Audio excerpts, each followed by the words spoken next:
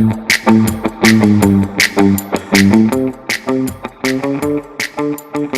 have found Authentic Business Adventures, the business program that brings you the struggle stories and triumphant successes of business owners across the land. Past episodes of the Authentic Business Adventures program can be found in the podcast link at drawincustomers.com. We are locally underwritten by the Bank of Sun Prairie. My name is James Cademan, entrepreneur, author, speaker, and helpful coach to small business owners across the country. Today, we're welcoming / preparing to learn from Jordann Hartzheim, the owner of traumApothecary. So Jordann, how are you doing today? I'm doing great. Thanks so much for having me. Yeah, thanks for being on the show. So you have to tell me, because I'm afraid I don't know. I've heard the word. What is traumApothecary? So traumApothecary is the business I created to help bring alternative wellness options to pretty much everybody, but focused on the veteran population. Oh, okay. Interesting. Mm-hmm. So tell me, I guess you touched on a lot of things there. So let's start with the veteran and just work backwards.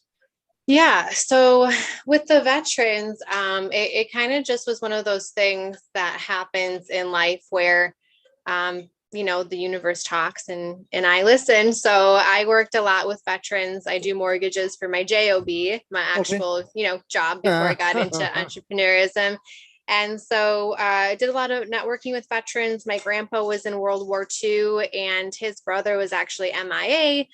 So a lot of family history with veterans. And as I've been doing this work, like on my spiritual journey, I do a lot of herbal, natural medicine just in my own healing journey. I have several family members who have passed of cancer, and I just kind of vowed myself to do things the natural way because Mother Nature just gives us everything that we need. And as I was working, doing mortgages, I had more and more veterans coming to me and asking me, how do I get off my medications? How do I sleep at night? Like all of these things that they were dealing with. And there was, the VA does a great job, but the resources weren't as extensive or in depth as they needed.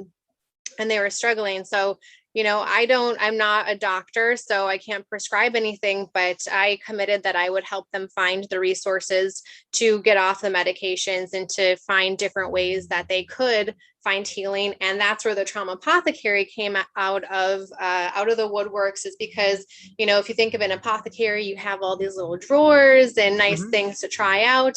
And so I wanted to support the veteran community and also support the alternative wellness community, because it can be a lot of it can be a struggle for a lot of them because, the mainstream medicine, hospitals and all of that, they aren't in there. So That's how it came into being. All right. And how long ago did all this happen? So I officially became an LLC last year, and it started probably a couple years ago. Okay. And the whole apothecary thing, when I think of that, I think of herbs, plants, just all kinds of stuff like that. Is that more or less? It is. And it's so much more too. So there's sound healing. There's a lot of healing modalities where you can use the vibration of sound to heal your body and to release certain blocks. Different healings like theta. There's a lady that does theta healing, and I'm actually certified to do some of these myself, where you go into the different brain waves and you connect into different levels. And, it sounds very crazy and esoteric, but a lot of people have really profound healing experiences from it. So in addition to the herbs and the medicine and the tinctures, there's also all of these other things that we have available to us, which is really cool. All right. How do you get certified in the theta stuff? I don't know what you got. Theta practice, I suppose. Yep. So basically all you have to do is take a course. And then you learn exactly what it is and how to do it and how to hold space for somebody. So theta healing, as you can imagine, if you go into like a higher, deeper level of your brain waves, there's different levels of trauma that we don't remember. That's, either in our DNA or in our history. And you have to be able to hold space for those people to process. And I think I can speak for everyone that we all have trauma of some sort that lives in our bodies that kind of is in our awareness that also leads into our everyday life and how we make our decisions. So by healing those kinds of things, we can really empower and liberate ourselves to just be truly happy and healthy. All right. Yeah. So from a business standpoint, starting your own business, your mortgage broker, as I guess, like you said, your job, Yeah. your job during the day, that's got to be busy. What made you decide to go off on your own now? I've always enjoyed doing something like this. And from day one doing mortgages, I never thought it was my home. I'm a very free spirit. I like to travel. I don't really like the sales thing, but I'm really good at relationships and I really like to help people. Mhm. And I remember it was kind of like an existential crisis when I was doing mortgages. I'm like, this is just feels wrong. Like, I feel like I'm taking money from people. And, it just seemed like there's a lot of people in the industry that don't do things the right way. We'll just say that. Mhm. And I was feeling like an internal conflict. And I had this like coaching call with this spiritual guy. I don't remember his name or what he does anymore, but he said to me, Jordann, you're exactly where you need to be on your path. We need spiritual people in every single industry. And so that just made me feel like it was my responsibility to look out for people in the industry and to be able to provide them a good level of experience so they're not getting taken advantage of people who are in it to just make money. All right. So that's how I started getting into, helping these people. I started actually doing women's programs. I worked a lot with divorced women and helping them break out of, build their credit, buy a home, get back into financial stability. Because I myself was divorced. And so at that time, I was connecting with all of these people and they didn't know where to go after they were divorced. They didn't have a job history, they didn't have credit. And so they were kind of all on their own. And so that was my first experience in the spiritual side. And then I started doing yoga, and it's just been a continuous learning process in so many different areas of healing modalities. All right. Are you drawn? Like, there's so many that I've talked to naturopaths, we got apothecaries, there's just a plethora of them. Are you drawn to any one, or do you find something specific in each one? Or I guess, how do you choose what path you use to help a person with a given issue? It's a great question. I think part of it's intuitively, and I think there's value in all of them. Definitely the one in my personal journey that has just been the most profound practice that encompasses everything, with the issues and the resolution, has been Kundalini yoga. And a lot of people aren't familiar with Kundalini yoga. Yeah. And if they are, they're probably scared of it because there's a lot of people just don't know how it works. So if people don't know how it works, there's kind of this fear around it of it being too esoteric and all of that. So basically what Kundalini yoga is, it's the rising energy of the Kundalini yoga in your spine. So we have these chakras that are in our body, and the Kundalini yoga helps that energy rise up. And so oftentimes we have these blocks in our body that doesn't facilitate the energy moving properly as it should. And so Kundalini yoga is a combination of breath work, of movement, of chanting and sound. And we have all of these meridians in our body. So by activating different points, we can release certain thought patterns. If you or your listeners know of Dr. Joe Dispenza, where he talks about, the neurons that wire together, fire together, wire together. So it breaks up that wiring neurons, and it creates new thought form patterns to help us create more of a positive, joyful, motivated, energizing life. And it has been transformational for me. Wow. Yeah. So is this something that you found the practice locally, or did you find this type of yoga? I'm not even going to attempt to pronounce it. Did you find this yoga and then had to figure out how to do it on your own since you couldn't find someone locally? Yeah, great question. I actually found it through Gaia TV, and Gaia is like a Netflix for spirituality. And they had a lady, Guru Jagat, who is an infamous Kundalini yoga teacher. And she was out of Venice, California. She also has studios in New York and Mallorca, Spain. And I just resonated with her so much. She was one of those really vibrant people, and she actually passed away last month. Oh no, I'm sorry. But yeah. So she was just, she inspired a lot of people, and she just continuously encourages me to continue on the path. And it was the only yoga practice that I felt called to learn, because not only is, like I mentioned, those physical levels, but there's so much wisdom and like ancient technology that's really been passed down in the philosophy of it. So there's so much to learn that's endless. And I'm one of the types of people that I really like to understand. And so that's why I have my white headband on. So it really, you amplify the aura. There's so many things that you can do with it. And so I ended up taking the training course and to be a Kundalini yoga teacher. And I'm going to be continuing the teacher training so I can start teaching people here. Oh, wow. Okay. Mm-hmm. So you got to tell me about the white thing on your head. Yeah. So this beauty is a turban. So in Kundalini yoga, tradition says, when we wear white, it expands our aura 6 feet. And so I'm not wearing white right now, but for my yoga practice, I always do. And then the turban, what it does is it actually holds the plates of your head together. Okay. And so my yoga teachers, they like to say, not only does it hold back your face and keep you looking young, but also you have your pineal gland that's right in your head there between your eyebrows. And your pineal gland is what activates your creativity and helps you expand your thinking. Whereas, sometimes we can get down in the darkness and not really have that spark, so to speak. And so this helps you connect, I feel like for me in my practice, it helps me go deeper in my practice. And then just a reminder in day-to-day life. All right. So you wear that every day now? Yeah, basically. Every day, all day? I try to, yeah. Oh, wow. Okay. Yeah. You have different ones for different occasions? So sometimes I'll just wear a headband, sometimes I'll wrap it differently. So there's a lot of different ways you can do it. And yeah. All right. Interesting. So let's talk more about the business. How do you market what you do? Because I imagine there's probably quite a few people that you talk to that are skeptical, or they're like, hey, I'm taking 500 pills, I don't need someone else, or whatever. I guess, how do you market your business? Yeah, that's a great question. I'm still working on that. It is really we all challenging. Are. It's okay.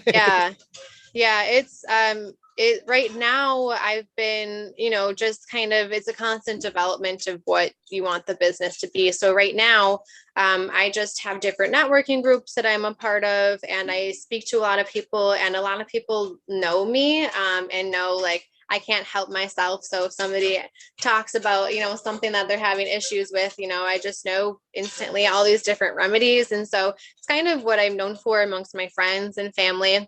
And then also now I've been exploring like how to take it to the next level of partnering with different organizations. And what I would love to do is have kind of like an insurance company. So partnering with larger companies and corporations to offer this to their business as an entity to help them bring in more alignment and success to their business. Because really these practices, they help not only the high level employees, but also the employees down here or wherever stay satisfied, happy, and healthy. And so we'll see how that integrates into it, but I definitely see it going into something like retreats and partnering with more of like the corporate style of business. And I feel like, especially with COVID over the past year, we're seeing more and more companies want to be able to offer these solutions for their employees, because a lot of employees now, they don't want to work. Like, why do they have to go back and sit in their cubicle if they're not feeling fulfilled? They don't feel like they have a purposeful life. And I know a lot of people that I talk to too, they're sick of their 9 to 5. They can't do the cyclical job anymore. So it's really useful for that. All right. Is the intention with this business to be able to walk away from your current job eventually? Probably. I still have a little piece of my heart in mortgages for a lot of my clients, and I do want to be able to be there for them. But there are some places in the industry, or a couple people in the industry that I really trust as far as doing business the right way. Mm-hmm. So I could see myself either, keeping one foot in the door just for those special people, or, Mm-hmm. Partnering with somebody and entrusting them with it so I can focus on, depending on how the business goes, right, too. So Right. there's lots of different ways it can go. I'm just kind of trusting that the right thing will happen and I'll end up in the right place. Sure. What would you like to have happen?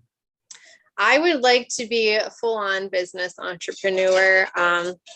There's just so much stress in mortgages, and there's enough stress in business, in owning a business as it is. Mm-hmm. So I think that when you kind of branch into all those different places, you start spreading yourself too thin. So I want to make sure I'm showing up at my full capacity. Sure. Yeah. So the clients that you've helped, are the majority of them something where it's a routine where you have to help them over the course of time, much like push-ups? Or is it more like, hey, you visit with me a few times, now you're all fixed, go and be awesome? It's both. And Okay. my philosophy is that come as you are. So as long as you're coming, I'm happy.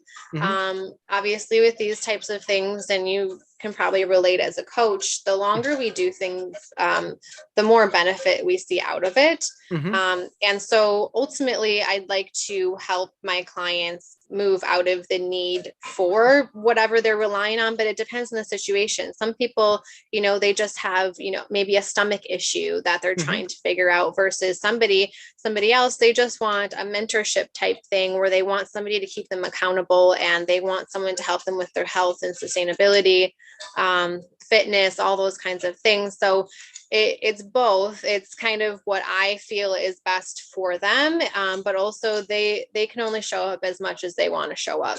Right. That's fair.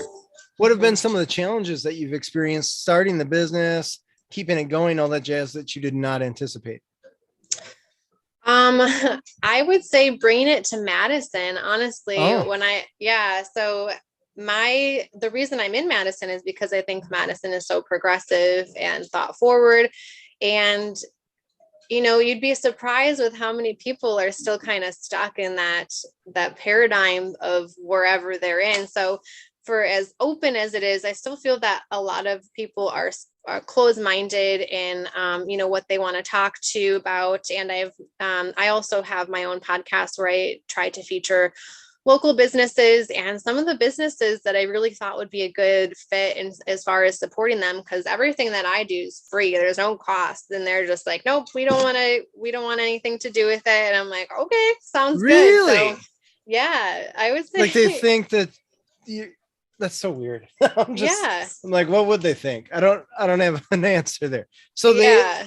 essentially they don't want to be on your podcast because you're not such Western type medicine, or I guess help me understand Yeah. that. I don't know. I just, Okay.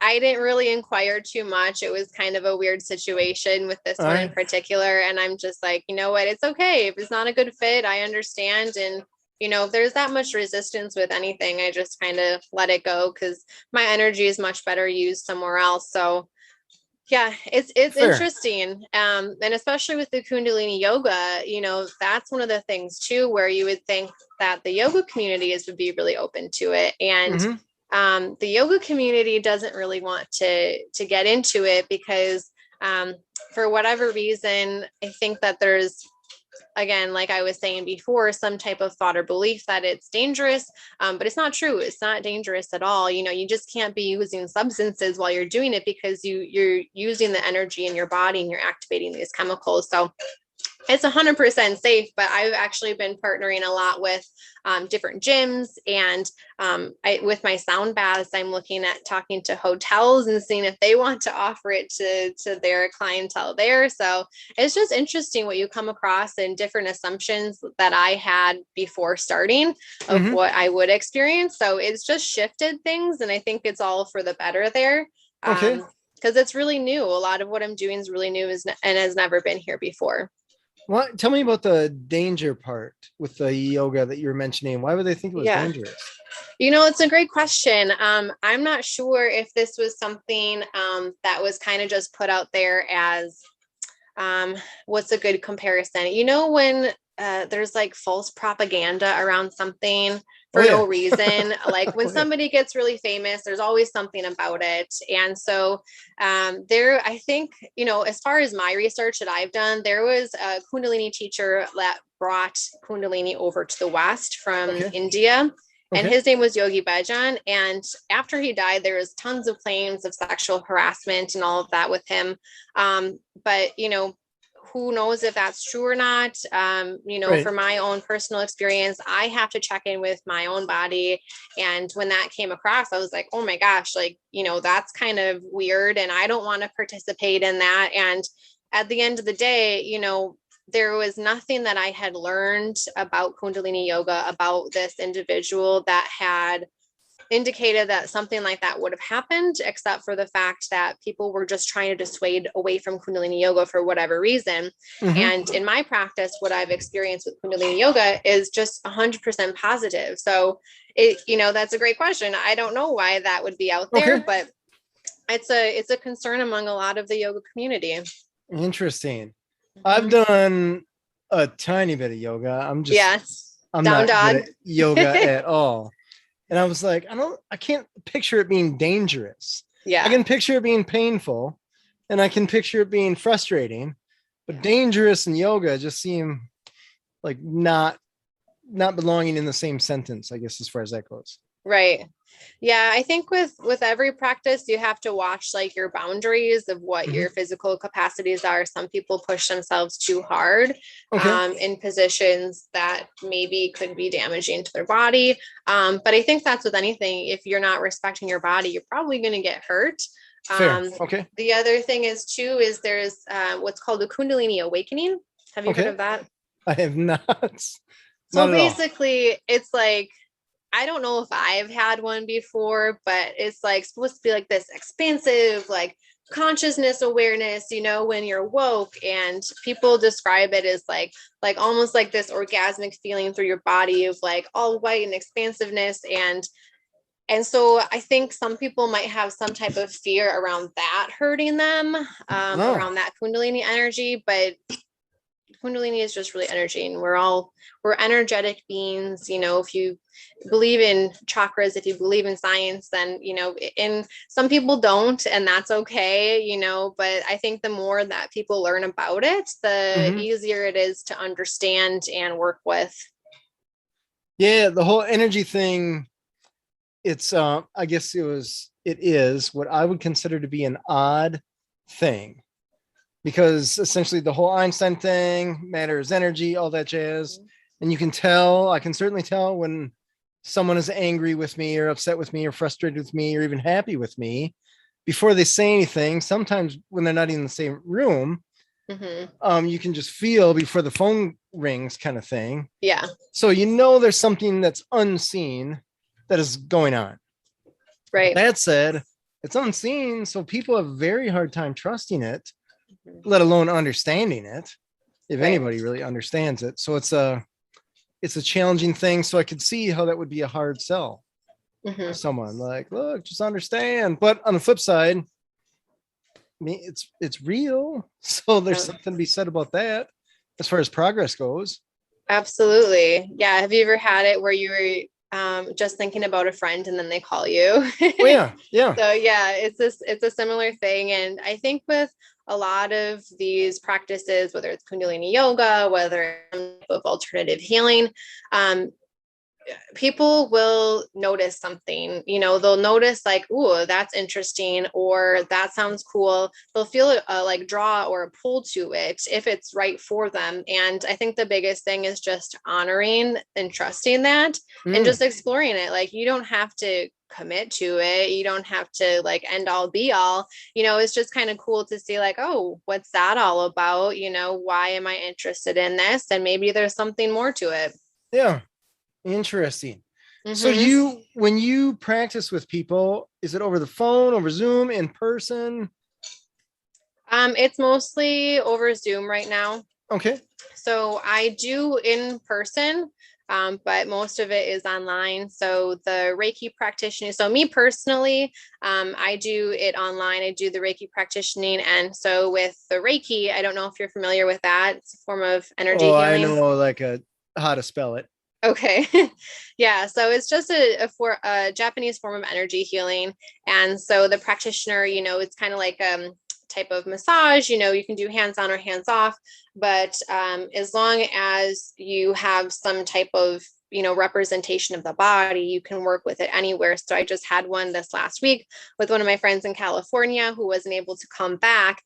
And if you're familiar with quantum energy, everything's quantum. So it doesn't matter where you're physically at, you can do it anywhere.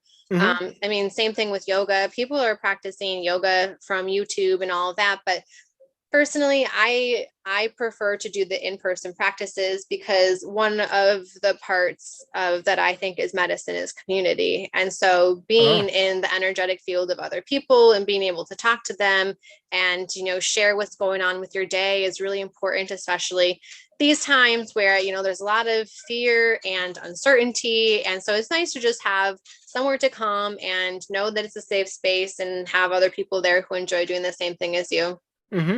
That's fair. I can tell you, I guess the podcast interviews, Zoom versus in person, it's just a different energy. I mean, this is still good, but in person, it's different, arguably dramatically better.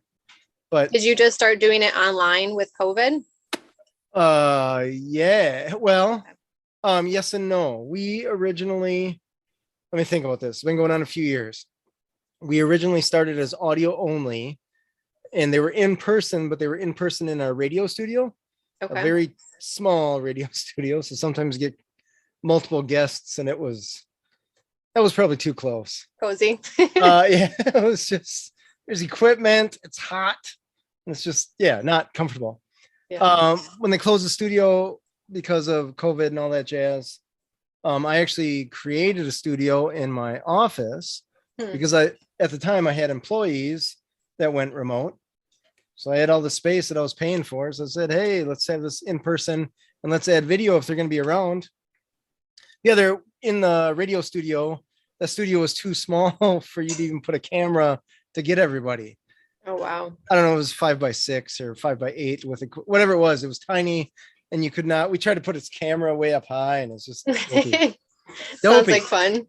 Yeah. So anyways, I get my studio, camera, all that jazz. It's a whole different world. It's better. Now the studio's open. We get into the TV studio at the media center and it's just better. It's more professional. There's a whole body language thing, head to toe, essentially, that you're getting from people. And there's just an energy. You're within whatever 6-10 feet of someone. You can just tell. Right. Yeah, it helps. But that said, Zoom is very progressive as well. You can get a lot done. I wonder if this were to happen 10 years ago, it would be a different story. Oh, yeah. It was having this conversation over a phone. Yeah. Technology's gotten crazy. Yeah. So, but yes, overall, in person is much better. As far as Reiki goes, is that something where you're kind of moving hands or moving stones, something like that? Yep, exactly. So basically, Ray is the ethers of the sun and the sky, and then Ki is the earth. So basically, Reiki is transferring the energy from the sky down to the earth, and Reiki practitioners are just a channel to do so. All right. So my hands, they're not magic or anything, although some people say they are. They probably do. They're just channeling. And so, I do Reiki on myself. I do Reiki on my plants. You can do it to anything. One of my Reiki teachers, she does Reiki in traffic. So that's anyone can do it. Yeah. You're stuck in the belt line or on the interstate. You can just be like, yeah. Does it work? Honestly, I've never really used it like that. You feel like it's not the first thing I think of. Yeah, I mean, there's other things I do for that. I have sage and smudge and everything, but traffic hasn't really been what I use it for. Hasn't been the goal to solve the traffic issue. Not for me. So tell me about the Reiki thing. Well, let's just shift to plants here. You do Reiki on plants. Yeah. So just walk me through a Reiki session on, let's say, the plant that you have behind you there. So basically, there's different symbols in Reiki that you can do. Okay. Or it's a lot of it's just about your intention. So if I have a plant that's dying, I'll just put my hands around it and center in and direct my healing energy and positive thoughts to it. All right. And then other times, if they are healthy, I'll just walk by them and touch them and tell them how beautiful they are. So, I mean, anybody can do things like that. And there's actually a book called The Secret Life of Plants, which is very interesting. And plants have feelings is what this says. And there's all kinds of research that proves this.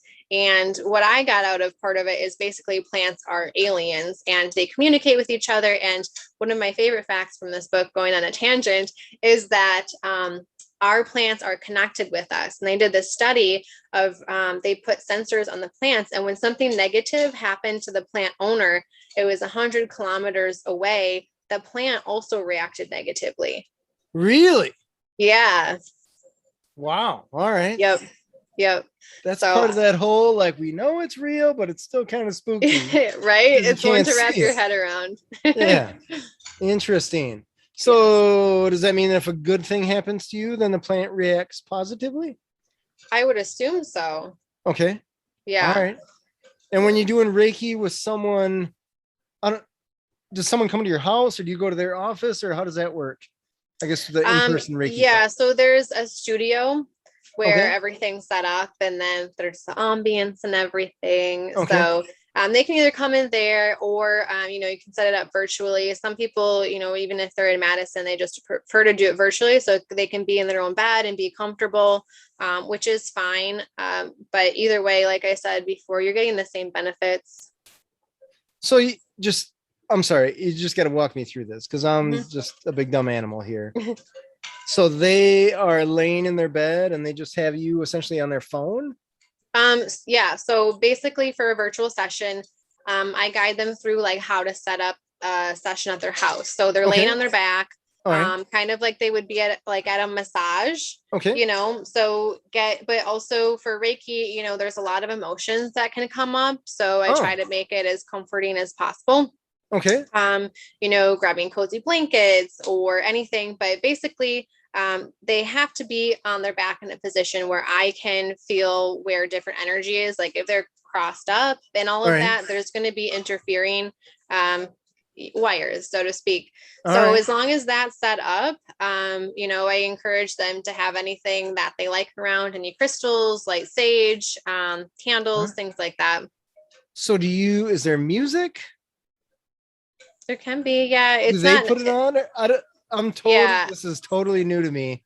And I'm just full of curiosity. No, it's a good question. So, I mean, sometimes I do, sometimes I don't. I think it depends on also myself and the person. I actually lean towards not putting on music, just because I enjoy stillness. All right. And when you tell me about the emotions that can come out. Yeah. So with the different energy centers in our bodies, we have our chakras and we also have a lot of different energy points in our body, meridians and tissue. We store things in our body. So if we have an emotion like anger, let's say, that we don't express or we just push it down, that gets stored physically in our body. And there's certain points in our body that have more emotion than others. And so, and it's also very relaxing. Like, it's kind of, the energy from up there coming down here. So it's like this almost like God, like pure energy. And, whether you believe in God or not, whatever you want to call it, it's that pure energy that's coming through. And so a lot of people experience for the first time, like that pure love, so that coming through their body and experiencing that can bring up a lot of emotions. It's super relaxing. So, they feel like they're in a safe space where things can kind of come through. And it's really just kind of crazy. Another one of those things that there's not really a whole lot of science behind it. But I remember my first Reiki session. I had it was, some people see things, I don't see things. My Reiki practitioner saw things. She said there was a bunch of trolls and fairies all around. And then there was a dragon that came out, that one of my spirit animals, and tried to protect me. And she just told me afterwards, she was just telling me about it, and I just started bawling. I'm like, what is happening? I don't even know. So there's just this huge change of energy. And I think that causes an uprise of emotions. So you'll have to try it sometime. Yeah. So you have people with all this hidden anger or something all of a sudden get mad or scream or yell or something? No, or they're there's just sometimes that's interesting. yeah, I don't think I don't know. I've never had anger come up where someone gets really angry. I think it's more so because anger actually comes from being mad at ourselves for not being able to express ourselves. Okay. So it's actually self-directed. So I don't know if that has anything to do with it, but a lot of I've had people where they have outbursts of energy that's coming through their body. And so they'll kind of gasp and make noises like that. Yeah, but that's about it. All right. Mm-hmm. Interesting. Yeah. So when you, man, I got a million questions here. Let me sort them out in my head here. What would someone come to you for in regard? Let's talk about Reiki specifically. Someone comes to you with an issue or something that they want to solve or fix or help. Just give me an example of what it is that they're trying to accomplish with a Reiki session. Mm-hmm. Yeah. So I think I'll preface that with, the only person that can really heal is themselves. So I am really just facilitating that. So going back to your question, what would somebody come to me to help heal? So a lot of things, a lot of people have depression, anxiety. Personally, when I first did Reiki or first experienced Reiki, I would just get so angry at people. I'd snap at people. While you were doing Reiki? No. Or no? Okay. No, before I went to Reiki. And I was like, yeah, I need to figure something out. I'm like, why am I getting so mad all the time? I got a short fuse. And so I went to Reiki. So a lot of emotional things. For physical ailments. So, some people have back problems, knee problems. And yeah. All right. So they're coming to you because they understand that there's an issue and they're hoping that you can help them essentially solve that issue. Yeah. Is it typically an emotional issue or is it physical or is it a mix? Well, so if you're asking my personal opinion, totally. You're the one.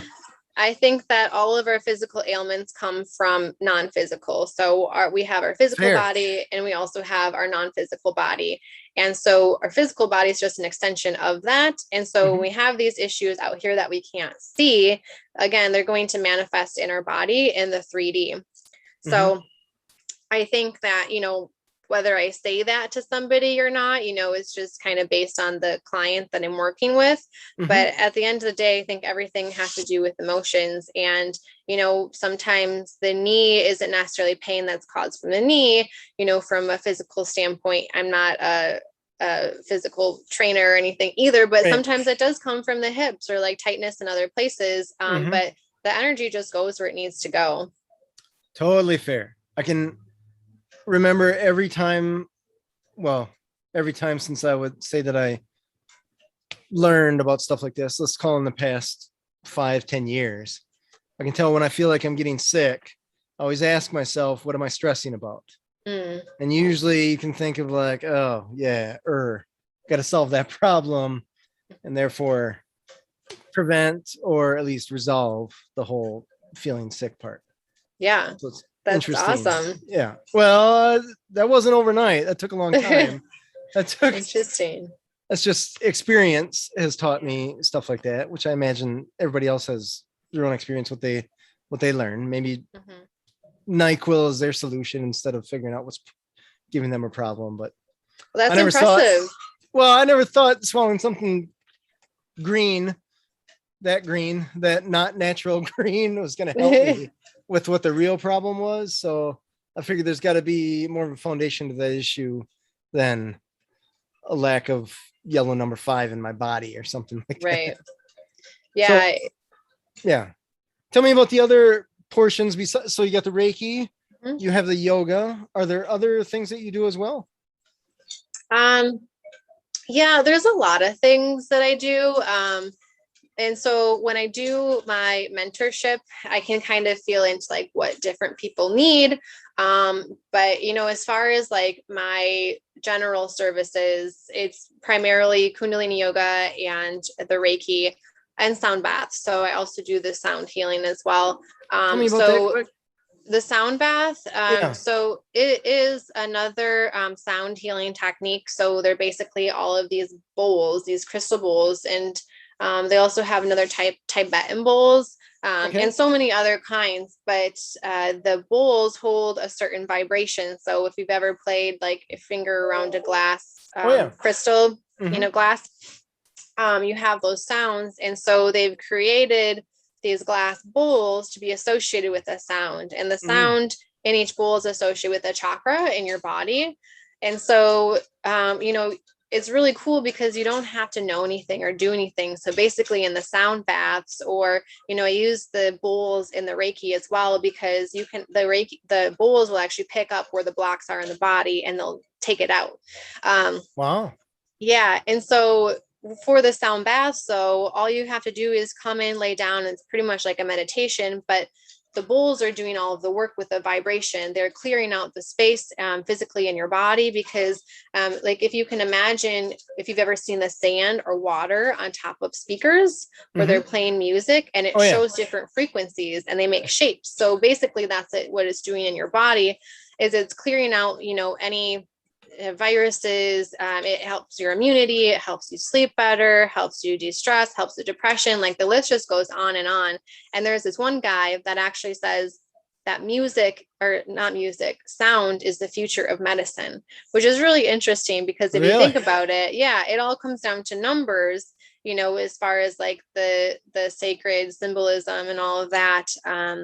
So it goes really deep, but essentially people come in, they lay down for the bath, and then they just absorb it. And it's just super healing for the body. You leave really relaxed, and it's so easy. How do you know what bowls to use for a given person? Intuitively, really. So I know which bowls are associated with each chakra. So maybe if there is a certain chakra that they're having issues with. So if somebody comes in and is having problems communicating with their partner or at work, maybe there's a block in the throat chakra. And by using the throat chakra bowl, you can see if there's a block. The bowls play differently. So if I'm in a session and I hold a bowl and play it, there's a certain sound that it plays normally, and then a different sound if that particular one is blocked. And so by continuing to play it until it releases back to its original sound, that's when it's cleared. All right. Wow. Yeah. And something like that, is that, how long of a session are we talking here? Is that 5 minutes, 2 hours? Like, yeah, so it depends. With the sound baths, they're about an hour. If I'm doing it with, an individual practitioner or an individual client, it depends on their needs. So I just kind of assess that on a case-by-case basis. Sometimes it's just a few minutes, or maybe I spend a lot longer using the bowls if they need a little bit more relaxing and clearing. All right. Interesting. That's pretty cool. Yeah. That's impressive. So Jordann, how can people find you? So a lot of different ways. So I am primarily sharing a lot on Instagram and Facebook. Okay. So my Instagram is Happy Healthy Hearts, HARTZ. And there's a lot of teachings that I put on there of some of the work that I do in my personal mentorship. My website is BeJOY.store. And that's still a work in progress. So if you go there and you see something you like and it's not working, just email me. There's the email contact button right in there, or you can subscribe and you can be up to date on all the latest offerings that I have. So there you go. Nice. That's super cool. Yeah. So I guess, what do you expect for your business over the course of the next year? Great question. Well, I would love to see a physical space here in Madison. I've pictured either, a mobile space, but some type of a sanctuary so I can offer all of these things to people and then just make it easier for them to do all of it. I'll take care of all of it. They can just come in a community and experience whatever it is that they need. Nice. And do you have a place in mind, or is it east, west, or still not sure? No, whatever happens. I think just strategically where would be the best spot for that. I would love to see somewhere a little bit more out of the city. So there's like a little bit more nature to maybe do outdoor ceremonies or, yoga or whatever. Yeah, that's cool. That's cool. Well, congratulations on starting your new business, Jordann. That's awesome. Thank you. Thank you so much. You had great questions. That had to be a big step. Yeah. To decide, hey, man, it's time to go do it on your own kind of thing. It's a big decision. Yeah. I told myself it was too hard not to. There's too many things that kept coming up and I'm capable enough to do it. So if not me, then who? I love that. It's too hard not to. I always tell my students that, man, you owe it to the world to do this. So if you don't do it, you're actually doing a disservice to the world. Absolutely. So, yeah, that's awesome. Great motivation. I love that. This has been Authentic Business Adventures, the business program that brings you the struggle stories and triumphant successes of business owners across the land. We're underwritten locally by the Bank of Sun Prairie. If you are listening or watching this on the web, if you could do us a huge favor, hit that like button, subscribe, comment, and of course, share it with all your entrepreneurial friends.